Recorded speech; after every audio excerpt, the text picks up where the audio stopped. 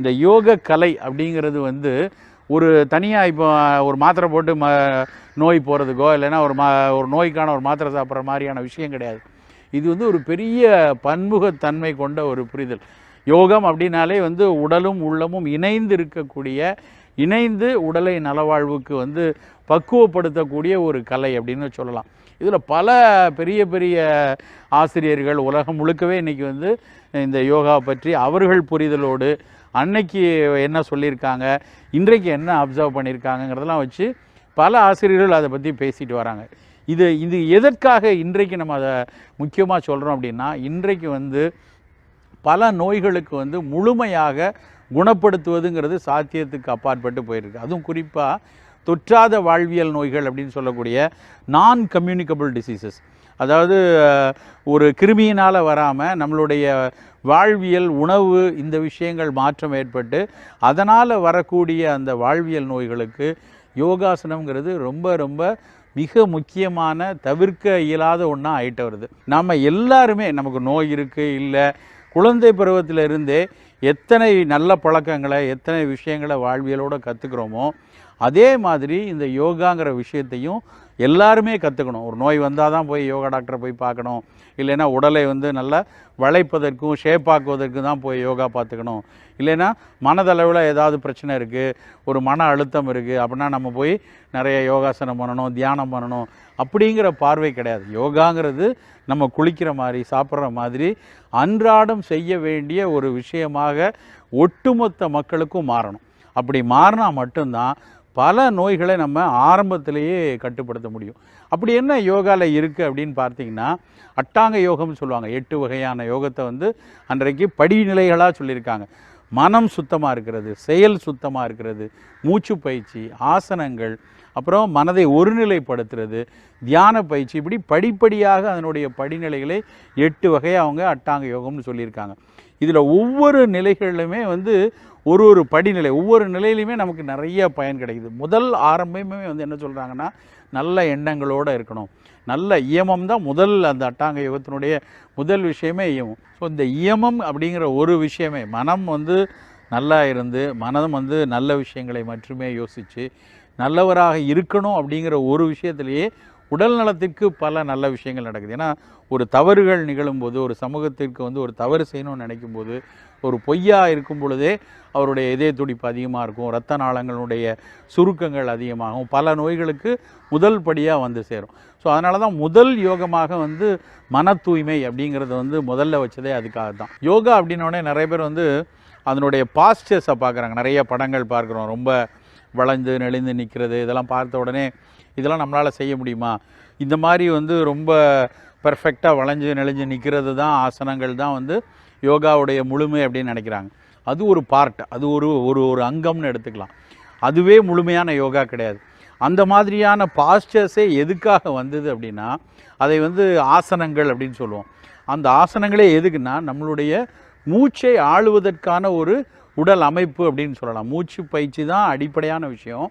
அந்த மூச்சு உடலில் அந்த உடல் உயிர் ஆற்றல்னு சொல்லுவோம். அந்த உயிராற்றல் வந்து எந்த உறுப்புகளுக்கு செலுத்தப்படணும், எப்படி பரவி இருக்கணும், என்ன மாதிரி உடலில் உள்ள ஒவ்வொரு சேனல்லையும் போய் இருக்கணும், ஆதாரங்கள் ஒவ்வொரு ஆதாரங்களுக்கு எப்படி அது வந்து மூச்சினுடைய அந்த உயிராற்றல் வந்து உள்ளே போகணுங்கிறத ஏற்படுத்துறதுக்காகத்தான் பல்வேறு அந்த ஆசனங்கள், பல்வேறு பயிற்சிகள் இருக்குது. அதனால் வெறுமனே அதை ஒரு உடல் பயிற்சி மாதிரி, ஒரு எக்ஸசைஸ் மாதிரி பார்க்குறது வந்து ஒரு தவறான விஷயம். அப்படி பார்த்தா எல்லோரும் நல்லா ஒரு ஜிம்மில் போய் ப்ராக்டிஸ் பண்ணுற மாதிரி ஆசனங்களை வந்து வெறுமனே ஒவ்வொரு பாஸ்டர்ஸை மட்டும் பயிற்சி பண்ணால் யோகாவுடைய முழுமையான பயன் வந்து கிடைக்கும் அப்படின்னு வந்து தவறாக நினச்சிருவோம். அப்படி கிடையாது.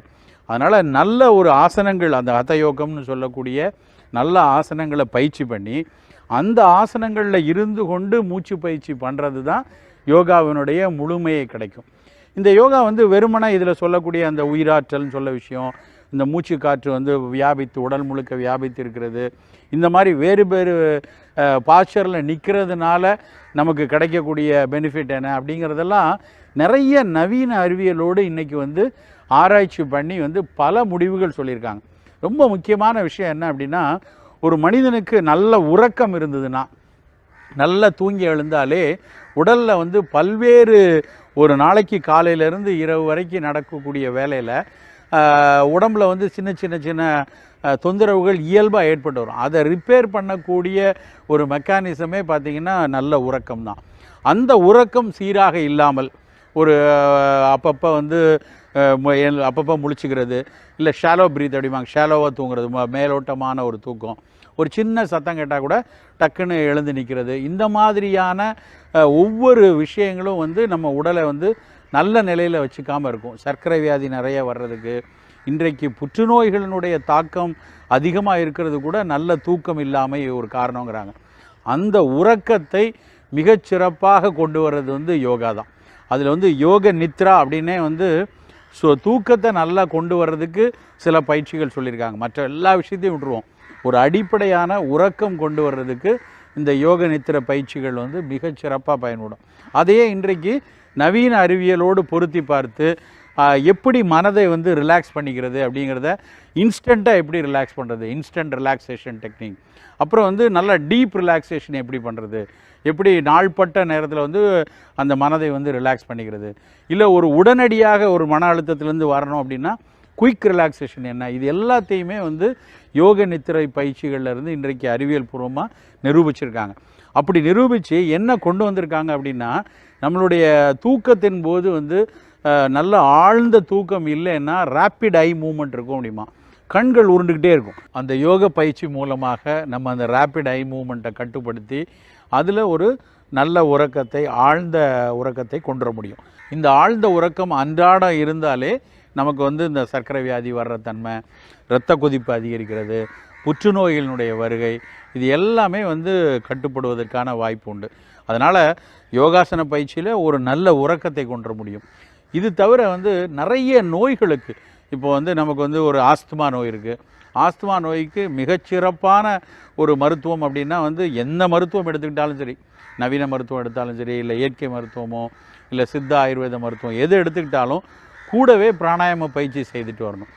சைனசைட்டிஸ் இருக்குது, மூக்கடைப்பு, தும்மல் இருக்குது, அவர்களும் நல்ல மூச்சு பயிற்சி எடுக்க எடுக்க அந்த மூச்சு குழல் அந்த ட்ராக் வந்து நல்ல அதில் வந்து நோய் எதிர்ப்பாற்றலினுடைய அதிகபட்ச தன்மையினால தான் வருது, ஹைப்பர் சென்சிட்டிவிட்டிமாங்க.